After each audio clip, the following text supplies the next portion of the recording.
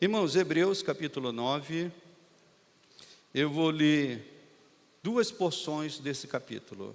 A primeira porção, os versos 11 a 14, e depois o verso 23 a 28. Diz assim, todos já encontraram? Hebreus 9, a partir do verso 11, diz assim: quando, porém, veio Cristo como sumo sacerdote dos bens já realizados, mediante o que, meus irmãos?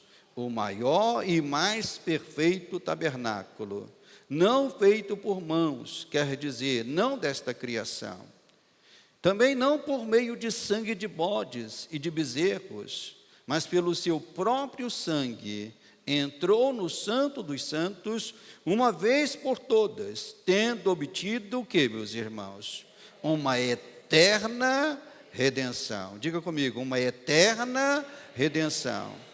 Portanto, se o sangue de bodes e de touros e a cinza de uma novilha aspergidos sobre os contaminados os santificam quanto à purificação, muito mais o sangue de Cristo, que pelo Espírito eterno a si mesmo se ofereceu, sem mácula, purificará a nossa consciência de obras mortas, para podermos servir ao Deus vivo.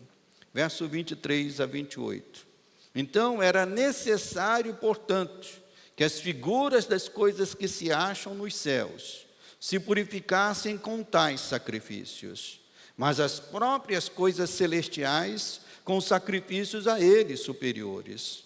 Porque Cristo não entrou em santuário feito por mãos, figura do verdadeiro, porém no mesmo céu, para comparecer agora por nós diante de Deus, nem ainda para se oferecer a si mesmo muitas vezes, como sumo sacerdote, cada ano entra no Santo dos Santos com o sangue alheio. Ora, neste caso seria necessário que ele tivesse sofrido muitas vezes desde a fundação do mundo. Agora, porém, ao se cumprirem os tempos, se manifestou uma vez por todas, para aniquilar pelo sacrifício de si mesmo, aniquilar o que, meus irmãos? O pecado. E assim como aos homens está ordenado morrer em uma só vez, vindo depois disto o juízo, assim também Cristo, tendo se oferecido uma vez, para sempre, para tirar os pecados de muitos, aparecerá a segunda vez, sem pecado, aos que o aguardam para a salvação. Somente até aqui. Amado Deus e amado Pai, que o Senhor venha nos conduzir nesta manhã, no estudo da Tua Palavra, Pai, me dando graça e sabedoria para ser um fiel mensageiro, mas também dando graça e sabedoria aos Teus filhos, para ouvirem a Tua Palavra, compreenderem a Tua Palavra e exultarem na Tua Palavra, Pai, com a verdade, ó Deus, que ela nos revela e nos revelará nesta manhã. Nós Te pedimos isso, no nome santo do Senhor. Amém e amém. Os irmãos podem assentar. Glória a Deus.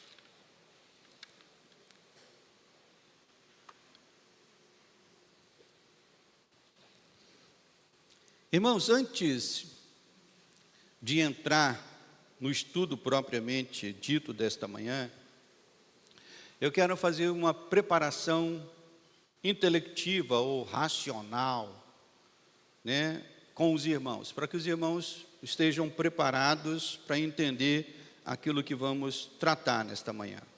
Então vamos fazer um exercício, tá? O exercício consiste no seguinte: quando eu falo a palavra manga, o que você pensa? Ou qual é o primeiro pensamento ou o primeiro conceito que vem à sua cabeça? Aqueles que gostam de comer, é fruta, obviamente. E também, no meu caso, é fruta, é manga, é fruta. Eu já estou sentindo o cheiro da manga, já estou vendo a cor da manga, já estou vendo a textura da manga, né? Quase toda semana eu e Denise comemos manga, né, na nossa dieta, né? Então, manga. Então, certamente, esse signo ou símbolo, né, como se fala no estudo da linguagem, é um signo ou um símbolo que aponta para um conteúdo em que nós pensamos em algo saboroso, numa fruta que nós apreciamos. Então, manga nos remete, num primeiro momento, a isso, a um fruto saboroso, delicioso que nós apreciamos. Mas se eu associar a palavra manga com uma outra palavra, dizendo manga curta, aí eu pergunto, você ainda vai continuar pensando em fruta? Não. Porque aí o termo curta ou o adjetivo curta não pode ser associado com manga, né? Não pode. Então, aí a gente já tem que pensar em outro, ou seja, o signo é o mesmo, manga, mas agora eu tenho que colocar nesse signo um outro conteúdo. Então é manga de camisa, manga de paletó, enfim, então traz um outro sentido. Então, neste caso, a manga se refere à parte da camisa que nós usamos. Então, isso é um exercício. Só para os irmãos entenderem que, quando nós falamos uma linguagem, a linguagem ela tem os seus signos, e esses signos, às vezes, o mesmo signo pode ter diversos conteúdos. Então, a palavra manga, se eu escrever só manga aqui nessa parede, muitos vão ter que dizer, mas é manga de fruta ou manga de camisa? Então, o signo ele pode ter muitos conteúdos. Tendo explicado isso, eu faço agora o mesmo exercício com uma outra palavra, a palavra limitada. Quando nós falamos limitada, qual é o primeiro conceito que vem à sua cabeça? Qual é o sentido ou o conteúdo que lhe vem à mente? Obviamente que o conteúdo mais comum é algo que é pouco, algo que é insuficiente, algo que é incapaz de atender uma necessidade. Às vezes, por exemplo, num programa esportivo, eu ouço o comentarista falando, às vezes, de um jogador, especialmente um zagueiro. Recentemente eu vi um comentarista falando isso de um zagueiro de um time, dizendo assim, é um bom zagueiro, mas é um zagueiro de recursos limitados. O que ele estava dizendo com isso? Que o zagueiro é mais ou menos. Quebra o galho, mas os recursos dele são limitados. Então, a palavra limitado ou limitada, o primeiro sentido que nos traz é esse. O sentido de algo que é pouco, o sentido de algo que falta. Mas há um outro sentido, irmãos, que é pouco usado ou pouco associado à palavra limitada, e que eu ouvi muito esse sentido, porque trabalhei numa joalheria mundialmente famosa, e nessa joalheria que eu trabalhei, essa palavra limitada, algumas vezes ela aparecia, né? Lá esse termo era usado mais ou menos assim, essa é uma joia de edição limitada. E aí, associada a uma joia, a palavra limitada já traz um outro sentido. Qual é o sentido que traz? É o sentido, a irmã falou ali, de caro, pastor. Mas é de caro porque é algo especial. É caro porque é algo raro.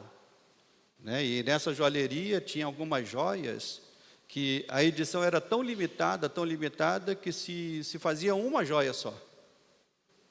E essa uma joia só chegava ao preço, às vezes, de R$600 mil.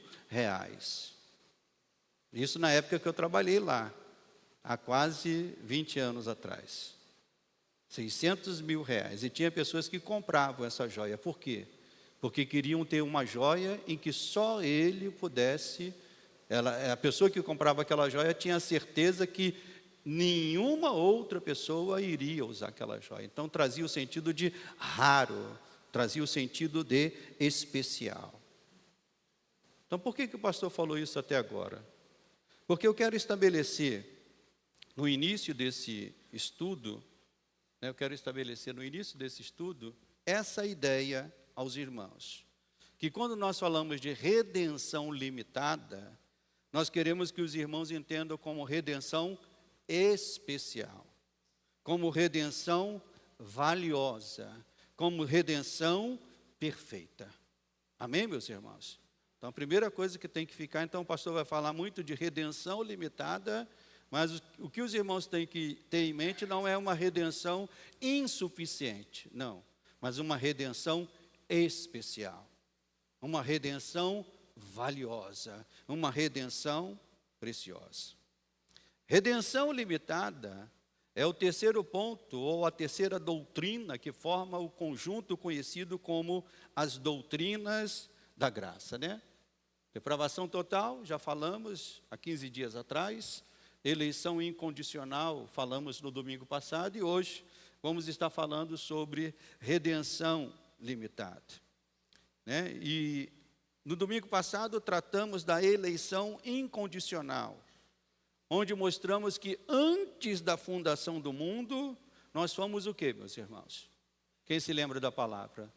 Antes da fundação do mundo, nós fomos escolhidos por Deus, né, para recebermos a salvação.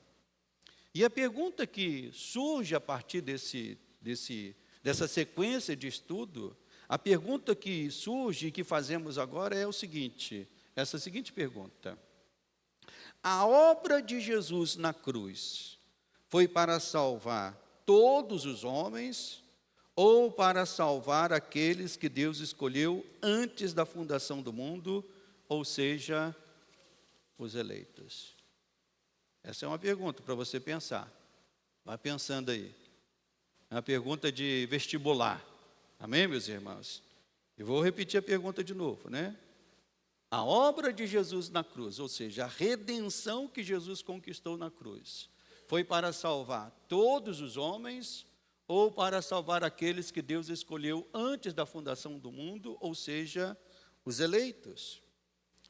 Se a resposta for, se alguém responder dizendo, a obra de Jesus na cruz foi para salvar todos os homens, a dedução que se segue então é o quê?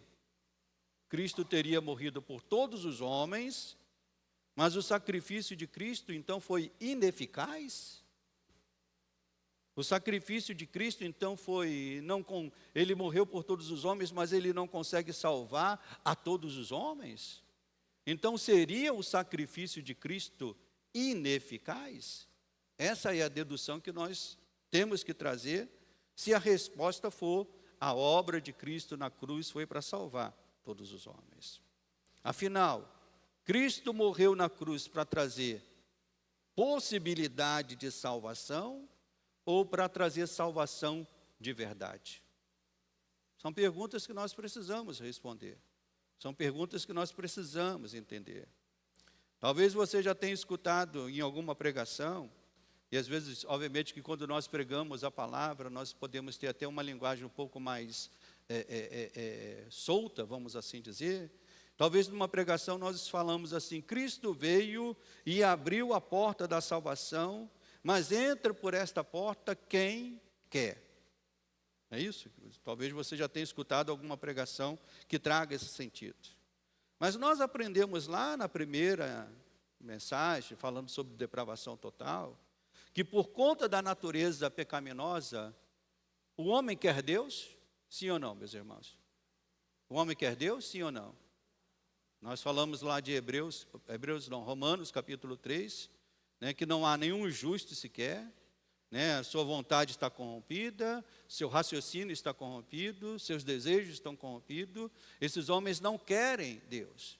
Então, como nós podemos entender que um homem pode procurar Deus, né, se esse homem ainda está envolvido em pecado? Então, como poderá querer a salvação? Como poderá? Então, quando nós falamos, e isso é muito importante que os irmãos entendam, quando nós falamos que Cristo morreu pelos nossos pecados, nós pensamos em diversos pecados. Pensamos no pecado da mentira, no pecado do adultério, pensamos no pecado enfim, inúmeros. Mas muitas vezes nos esquecemos, né? Muitos não atentam que quando nós estudamos a doutrina da graça, e quando nós falamos que Cristo morreu pelos nossos pecados, um destes pecados é o pecado da incredulidade. Todos os homens estavam envolvidos no pecado da incredulidade. E se esse pecado da incredulidade não for tirado do coração humano, esse homem não pode crer em Deus. Não pode se voltar para Deus. Então, ao morrer na cruz, Cristo removeu de sobre a vida daqueles que Deus escolheu desde antes da fundação do mundo os seus pecados, e entre esses pecados, esse pecado terrível, que é o pecado da incredulidade, nos dando a capacidade de, aí sim, crer em Deus.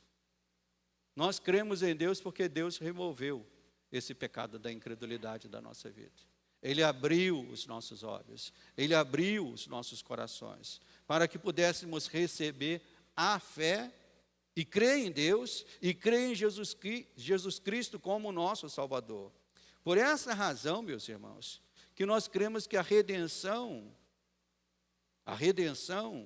de Cristo na cruz, ela foi limitada, e é por isso que nós usamos o termo limitada no sentido de que ela é especial, no sentido de que ela é rara, ela é limitada aos eleitos.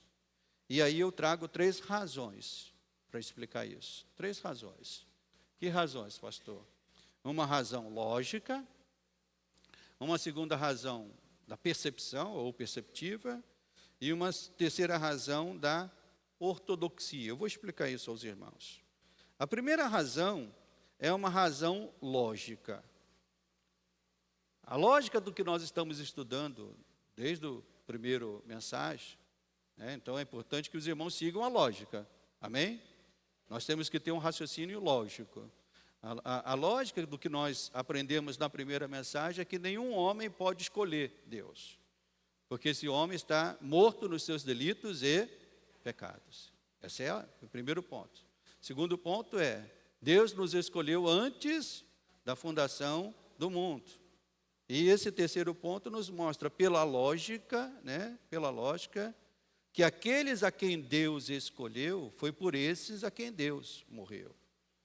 Neste caso, se Deus tivesse morrido por todos indiscriminadamente, a primeira coisa que nós temos que pensar é que haveria um desperdício do sangue de Cristo Jesus. Haveria um desmerecimento do sangue de Cristo Jesus. Nós não podemos pensar que alguém esteja indo para o inferno, mesmo que tenha sido coberto pelo sangue de Cristo. Se foi coberto pelo sangue de Cristo, essa pessoa foi redimida, essa pessoa foi salva. Amém, meus irmãos? E o apóstolo Pedro diz que nós fomos comprados não por coisas corruptíveis. Vamos lá em Pedro, 1 Pedro. Deixa aí a sua Bíblia aberta em Hebreus, mas em 1 Pedro, no capítulo 1, no verso 18, os apóstolos tinham esse entendimento da preciosidade do sangue de Jesus. O sangue de Jesus não era algo sem valor, ou algo que poderia ser desperdiçado. E o apóstolo Pedro escreve isso aqui, 1 Pedro 1,18. Sabendo que não foi mediante coisas corruptíveis. E olha aqui que Pedro coloca como coisas corruptíveis. O que ele coloca aí no texto? Prata e ouro. Eu pergunto, prata e ouro são coisas corruptíveis no sentido econômico? No sentido econômico, se tem um investimento mais certo para alguém investir, é ouro, porque não perde o seu valor. É algo que não perde o seu valor nem no sentido econômico, nem no seu sentido físico. Ele continua sendo um material precioso. Mas Pedro chama isso de dizendo, olha, são coisas corruptíveis, e se tratando de salvação, nós não fomos salvos mediante coisas corruptíveis, como prata e ouro, que fostes resgatados do vosso fútil procedimento que vossos pais vos legaram. Mas aí Pedro diz que nós fomos resgatados através de quê, meus irmãos? Mas pelo precioso sangue, como de cordeiro, esse sangue sem defeito, sem mácula, que é o sangue de Cristo Jesus. Então o apóstolo Pedro, ele tinha essa visão, era uma visão apostólica, de que o sangue de Cristo é algo precioso, é algo valioso. E aqui em Hebreus, no texto que nós lemos, o escritor aos Hebreus, que alguns estudiosos entendem ser o apóstolo Paulo, o próprio Calvino considerava que era Paulo, um outro autor do nosso tempo, o Stuart Olliott, também considera que é o apóstolo Paulo, né? Mas seja Paulo ou seja um outro, né? Nós vemos aqui o apreço que ele tinha pelo sangue de Cristo. Hebreus 9, verso 12 diz: não por meio de sangue de bodes e de bezerros, mas pelo seu próprio sangue, Jesus entrou no Santo dos Santos, uma vez por todas, tendo obtido o que, meus irmãos? Uma redenção possível.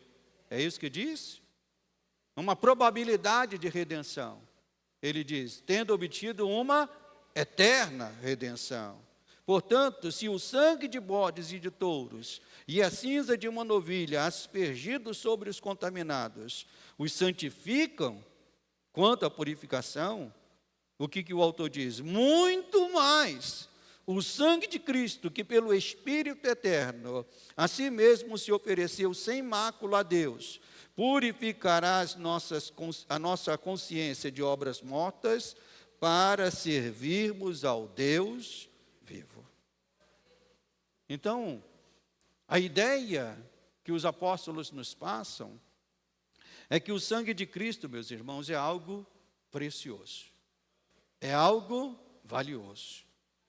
E o autor John Owen, ele sugere que é um insulto pensar que o sangue de Cristo foi derramado em vão por aqueles que irão perecer no inferno. Onde o sangue de Cristo foi aplicado, houve salvação. E onde não foi aplicado, não haverá salvação.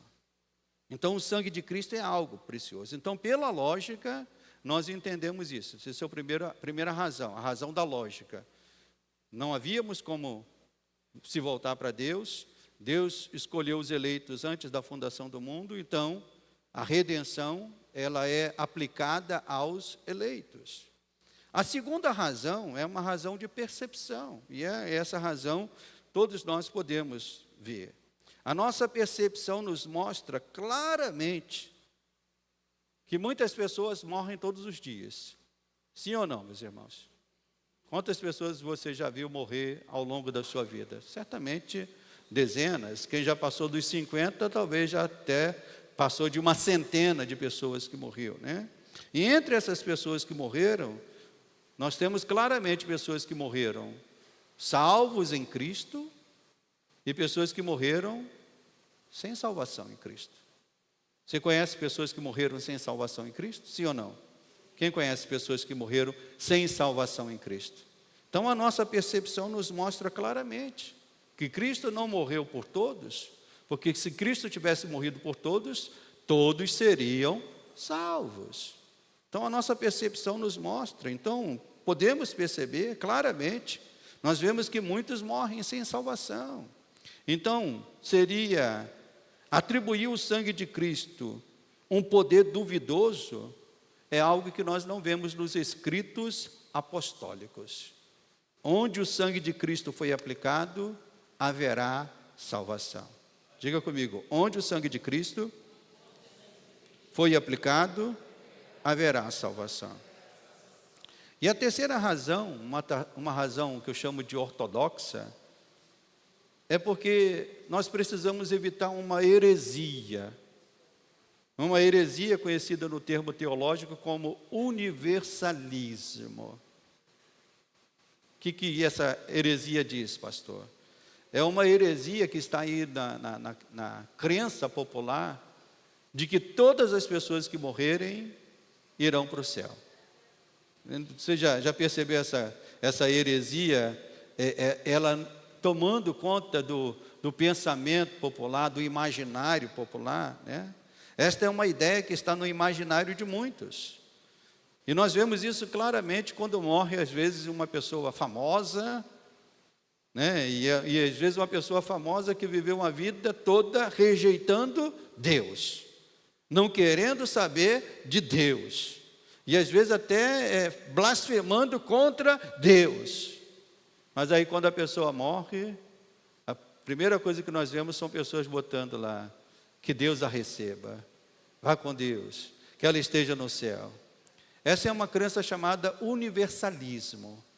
A crença que, no final das contas, todos serão salvos. No final das contas, esse negócio de igreja, centro espírita, kardecismo, islamismo, budismo, essas coisas foram só entre os homens, porque no final das contas, Deus vai salvar todo mundo. Essa é a crença chamada universalismo. E a Bíblia não nos dá respaldo para isso. A Bíblia mostra que Cristo veio para salvar aqueles que crerem nele, aqueles que entregarem a sua vida a Ele, aqueles que viverem consagrados a Ele. Então, a fim de evitar também a crença do universalismo, nós entendemos que Cristo morreu somente pelos eleitos. Amém, meus irmãos? Então, 3 razões, uma lógica, uma da percepção e essa da ortodoxia. Mas, mais uma vez, se torna importante frisar, a discussão a respeito dessa doutrina. Redenção limitada ou redenção ilimitada. Porque são 2 doutrinas que estão entre a fé cristã, a limitada ou a ilimitada. E essas doutrinas têm o propósito de responder a seguinte pergunta: a redenção alcançada por Cristo na cruz é destinada a todos os homens sem distinção, incluindo mesmo aqueles que não crerão, ou é limitada aos eleitos? E aqui precisamos entender a redenção de Cristo também em 3, eu diria que em 3 aspectos, vamos assim dizer. A redenção de Cristo na sua intenção, a redenção de Cristo na sua extensão e a redenção de Cristo na sua aplicação. A soteriologia reformada ensina que a redenção obtida pelo precioso sangue de Cristo, ela é limitada apenas aos eleitos, tanto na sua intenção como na sua aplicação. Já aqueles que defendem uma redenção ilimitada, ou seja, para todos os homens, eles entendem e defendem que na sua intenção a redenção é ilimitada. Ou seja, Deus teve a intenção de salvar todo mundo. Mas deu algo errado.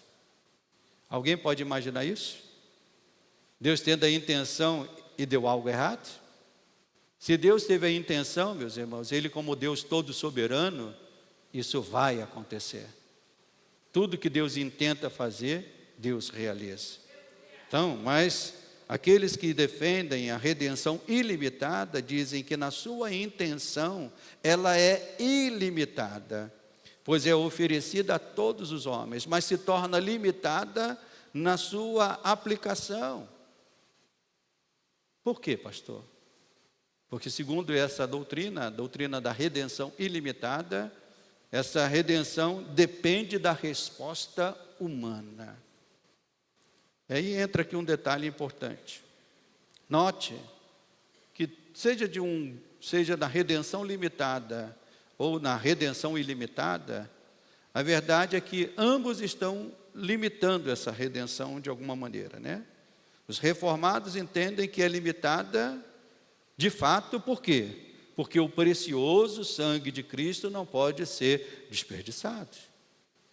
O precioso sangue de Cristo não pode ser, é um sangue insuficiente, inválido. Ou seja, se o sangue de Cristo foi derramado por todos os homens, e todos os homens não são salvos, esse sangue seria desperdiçado? Esse sangue não teria o valor de redimir, o valor de comprar realmente aqueles para a salvação? Então é limitada no sentido de ser precioso, no sentido de ser valioso. O precioso sangue de Cristo não pode ser dado àqueles que se perdem. Já aqueles que defendem a redenção ilimitada, entendem que ela é limitada no sentido pela resposta humana. Note que o foco, embora pareça ser igual, o foco é diferente. A redenção ilimitada pelo precioso sangue de Cristo é uma coisa, e a redenção limitada, porque depende da resposta humana, é outra coisa. Mas nós entendemos que a redenção é limitada porque o sangue de Cristo é precioso. Ele foi derramado e por aqueles a quem ele foi derramado, esses serão salvos. E mais uma vez aqui, eu cito as palavras do teólogo Joe Owen, que escreveu muito sobre esse tema. Em um dos livros que ele escreveu é esse, Por quem Cristo morreu? É um clássico quando nós estudamos esse tema. Por quem Cristo morreu? Joe Owen escreveu esse livro para responder essa pergunta. E numa parte do livro ele escreve isso: a morte de Cristo teve o valor suficiente para redimir todos os homens. E aí eu coloquei ali a palavra, do lado da palavra suficiente, a extensão. Ou seja, o sangue de Cristo é tão precioso, que ele tem valor suficiente para salvar todos os homens. Então, suficiente para redimir todos os homens. Porém, as Escrituras deixam claro que ela não intencionava ser um resgate para todos os homens, ou seja, intencionava no sentido de intenção e aplicação. O sangue de Cristo foi aplicado de forma precisa. O sangue de Cristo foi aplicado de forma correta, de forma perfeita. Eu usei até uma palavra abundância, um pouco mais antes aqui, dizendo: o nosso Deus é um Deus de abundância. Quem concorda comigo? Nosso Deus é um Deus de abundância. Mas alguém concorda que Deus é um Deus de desperdício? Deus é um Deus de desperdício, irmãos? Não. Então, Deus é um Deus de abundância, mas Ele é um Deus de perfeição. Ou seja, aquilo que Ele aplica é aplicado de forma perfeita, inclusive a sua redenção. Então, a redenção de Cristo, ela é aplicada de uma forma perfeita sobre os eleitos. E uma das bases para esse entendimento está aqui. Vamos voltar ao texto de Hebreus capítulo 9. Volte aí a Hebreus capítulo 9. Agora no verso 28.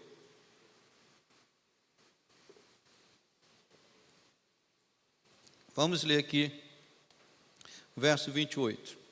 Assim também, tendo se oferecido uma vez para sempre, para tirar os pecados, o que está aí no texto? De todos?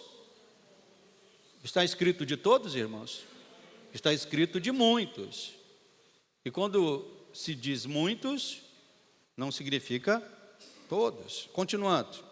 Aparecerá uma segunda vez sem pecado, para quem, meus irmãos? Para todos? Mas virá para quem? Para aqueles que aguardam a salvação. Então a palavra aqui no texto, vamos deixar aí aberto, no verso 28. Então a palavra muitos, se ela for substituída por algumas outras palavras, ela pode manter o mesmo sentido ou pode perder o seu sentido. Vamos lá, vamos ver aqui. Imagine que a gente coloque a palavra, no lugar da palavra muitos, o termo todos. Vamos colocar. Assim também Cristo, tendo se oferecido uma vez para sempre para tirar os pecados de todos, aparecerá uma segunda vez sem pecado aos que o aguardam para a salvação. Faz sentido isso? Se é para todos, e aí depois fala para aqueles que o aguardam para a salvação, perde o sentido. Mas se a gente botar a palavra eleitos no lugar de muitos, vamos aqui. Assim também Cristo, tendo se oferecido uma vez para tirar os pecados dos eleitos, aparecerá uma segunda vez sem pecado aos que o aguardam para a salvação. Faz sentido? Faz sentido, irmão? Sim, faz sentido. Sim, faz sentido. Ele morreu pelos eleitos e aqueles eleitos que o aguardam para a salvação. Então, por trás da defesa da redenção limitada, defendida pelos reformados, E é isso que a gente precisa estar aqui bem gravado. Por que que nós ensinamos a redenção limitada, né, da maneira reformada? Por quê? Por trás dessa defesa, irmãos, está o temor, isso é muito importante, que a redenção de Cristo seja vista como algo que falhou. Cristo não falhou. Na sua redenção, ele foi perfeito na sua redenção. O sangue de Cristo foi derramado de forma perfeita. Então, Cristo não falhou de maneira parcial, vamos assim dizer. Então, nós não podemos ver Cristo como um Salvador ineficaz para alguns. Pois se tivesse obtido a salvação de todos, e como nós já falamos, sendo notório que todos não são salvos, se Cristo veio morrer para salvar todos e todos não são salvos, opa, tem alguma coisa errada nisso. Então, se é notório que ele não salva a todos, então a salvação teria falhado, Cristo morreu em vão. E mais uma vez eu cito aqui John Owen, é um insulto pensar isso. É um insulto pensar que o sangue de Cristo foi desperdiçado. Então a palavra redenção, no seu sentido etimológico dela, ela fala de fato que algo foi comprado. Redenção traz o sentido também mais ou menos próximo de uma fiança, é um termo de fiança. Quando uma fiança é paga, e ela foi paga de maneira efetiva, aquela pessoa que estava presa, ela é solta, ela é livre. Redenção significa isso. Foi pago um preço, e foi pago de forma precisa. Então, aqueles por quem Cristo morreu, esses, né, serão livres dos seus pecados. Né? Obviamente que a gente está no terceiro ponto. A gente vai falar da graça irresistível, que é a continuação disso, ou seja, a graça irresistível vai chamar aqueles a quem Deus escolheu antes da fundação do mundo. E a perseverança dos santos vai fazer esses caminharem até o fim da sua vida. Mas nesse ponto, que é o terceiro ponto, nós entendemos que a redenção é algo efetivo, é algo que cumpriu o seu propósito. Então a redenção de todos, ou a redenção universal, que deixa ou deixará alguns perecerem em seus pecados, é uma contradição de termo. Se foi redimido, está livre, ou será livre. Se não foi redimido, não será livre. Amém, meus irmãos? Então a pergunta que devemos responder é: Cristo é ou não é um redentor eficaz? Ele comprou ou não comprou a nossa salvação? O livro de Hebreus nos mostra em todo o tempo a sublimidade de Cristo. O escritor aos Hebreus mostra que Cristo é maior do que Moisés, Cristo é maior do que a lei, Cristo é maior do que os sacerdotes, Cristo é o maior que os sacrifícios. Ele é incomparável, como nós cantamos aqui muitas vezes. Ele é exaltado, pois o que ele conquistou para os eleitos, ninguém podia alcançar. A salvação é real e a anulação dos pecados é uma anulação de fato. Vamos voltar aqui ao texto de Hebreus 9, verso 24. Porque Cristo não entrou em santuário feito por mãos, figura do verdadeiro, porém no mesmo céu, para comparecer agora por nós diante de Deus, e nem ainda para se oferecer a si mesmo muitas vezes. Cristo não vai se oferecer muitas vezes, e o texto diz que ele se ofereceu quantas vezes, meus irmãos? Uma só vez, né? Como um sumo sacerdote, cada ano que entra no Santo dos Santos com sangue alheio. Ora, neste caso, seria necessário que Cristo tivesse sofrido muitas vezes se ele fosse um sacerdote humano. O sacerdote humano tinha que entrar muitas vezes, porque ele tinha que oferecer sacrifício por si e pelo pecado dos outros. Mas Cristo não é um sacerdote como da linhagem de Arão. E é por isso que o escritor aos Hebreus diz que ele é da linhagem de Melquisedeque, que não tem início e nem tem fim. Continuando. Então, ora, neste caso, seria necessário que ele tivesse sofrido muitas vezes, desde a fundação do mundo. Agora, porém, ao se cumprir os tempos, ele se manifestou o quê, meus irmãos? Se manifestou o quê, igreja? Uma vez. E por que ele teve que se manifestar uma só vez? Essa é uma pergunta. Por que Cristo se manifestou uma só vez e os sacerdotes antigos se manifestaram muitas vezes? Porque os sacrifícios dos sacerdotes antigos eram uma sombra do sacrifício de Cristo. Eram imperfeitos.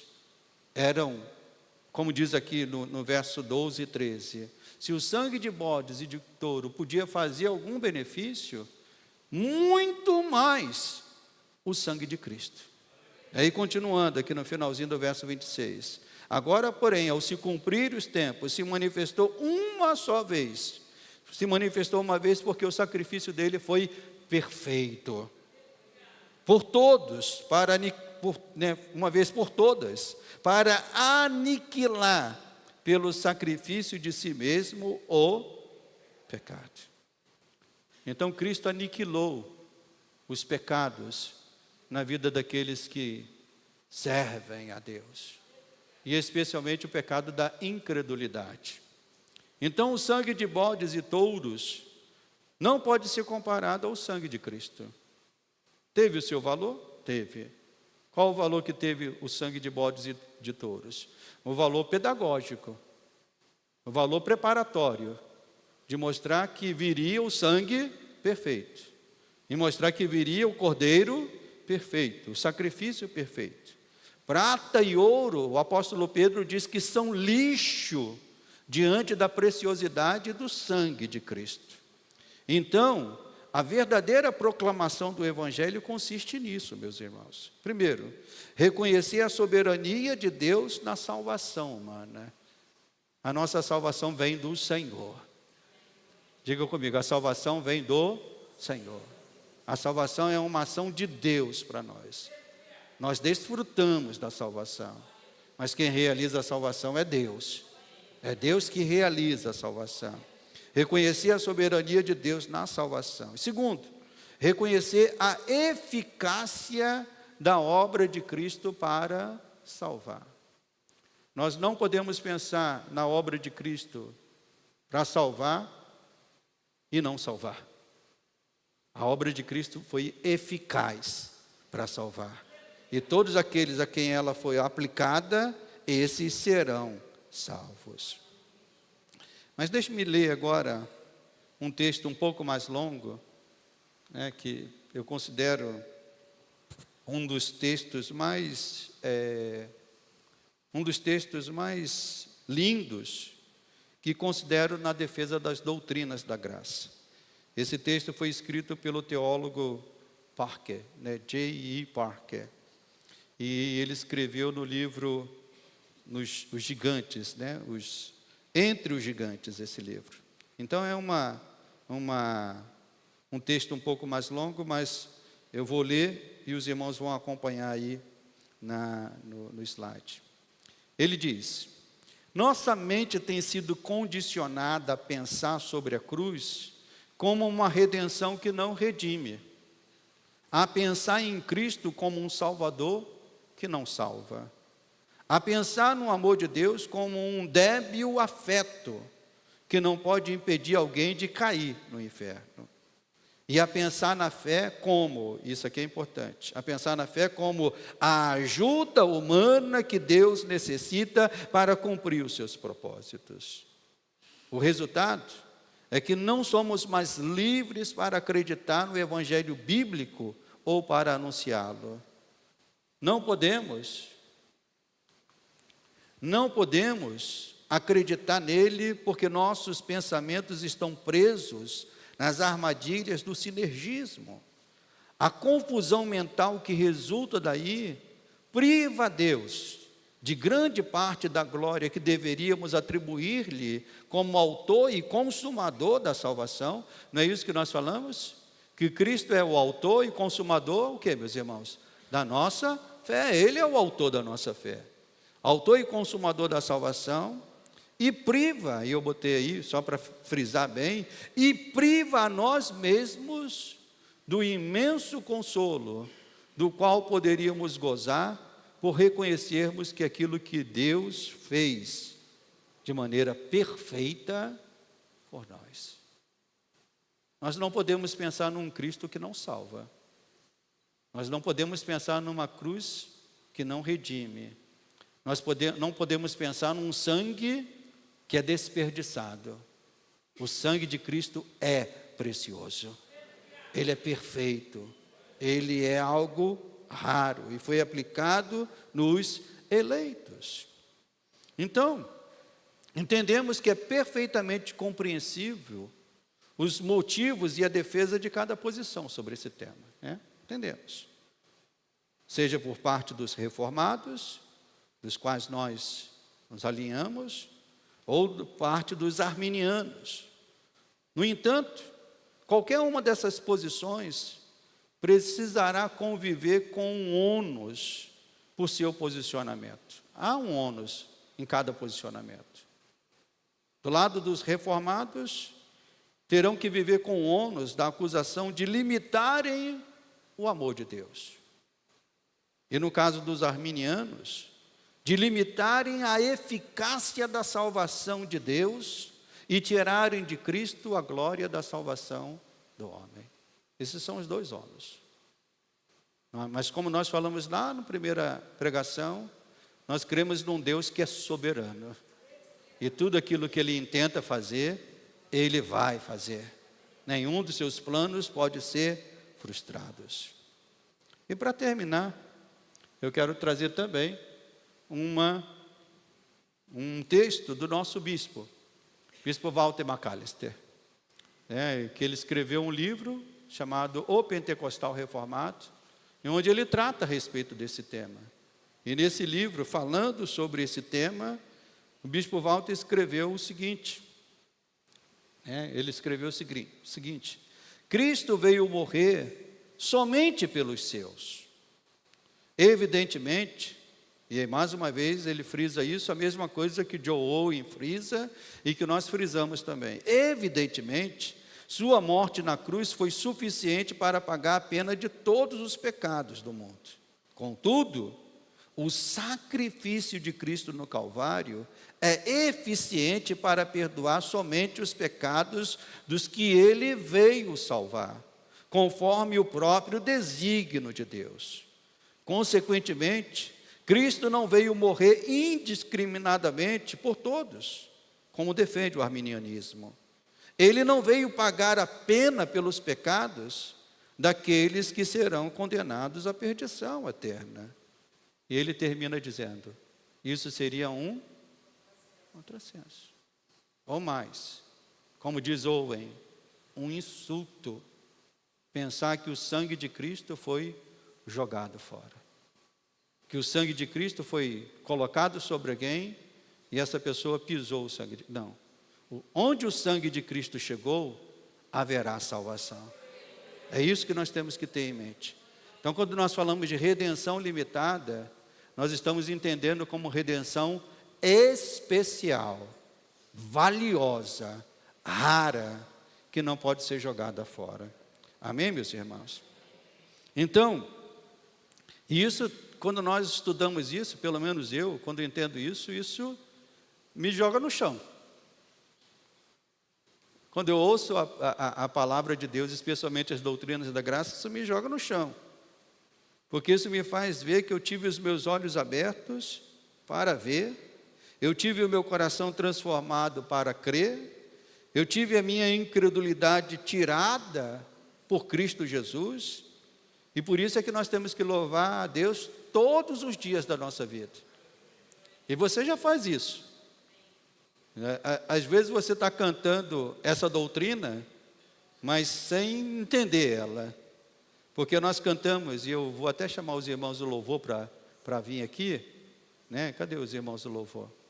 Traga-os aí. Foram arrebatados? Não, né? Por favor, foram arrebatados, eu preciso deles. Mas nós cantamos um louvor que diz assim, a frase: quem perdoado e redimido foi, cante ao Cordeiro uma canção. Teu nome é mais alto, teu nome é maior, teu nome é sobre todos. Sim, e é isso que nos faz cantar. É porque nós temos a plena consciência de que nós fomos perdoados e nós fomos redimidos. E é por isso que Paulo diz: já não há mais condenação para aqueles que estão em Cristo Jesus. Por quê? Porque aqueles que estão em Cristo Jesus se tornaram perfeitos? Não. Mas o sangue que foi aplicado sobre eles é um sangue perfeito. É um sangue raro, é um sangue valioso. Então, quando nós compreendemos como foi tão maravilhosa a graça, o que nos resta, meus irmãos, é louvarmos a Cristo todos os nossos dias, pelo que Ele fez na cruz por nós. Ele te trouxe uma salvação eficaz. Ele te trouxe uma salvação perfeita. E essa salvação está garantida, não porque somos bons, mas porque o sangue dele é perfeito, eficiente. E aonde o sangue de Cristo chegou, haverá salvação. Então nós vamos nos colocar de pé, nós vamos orar.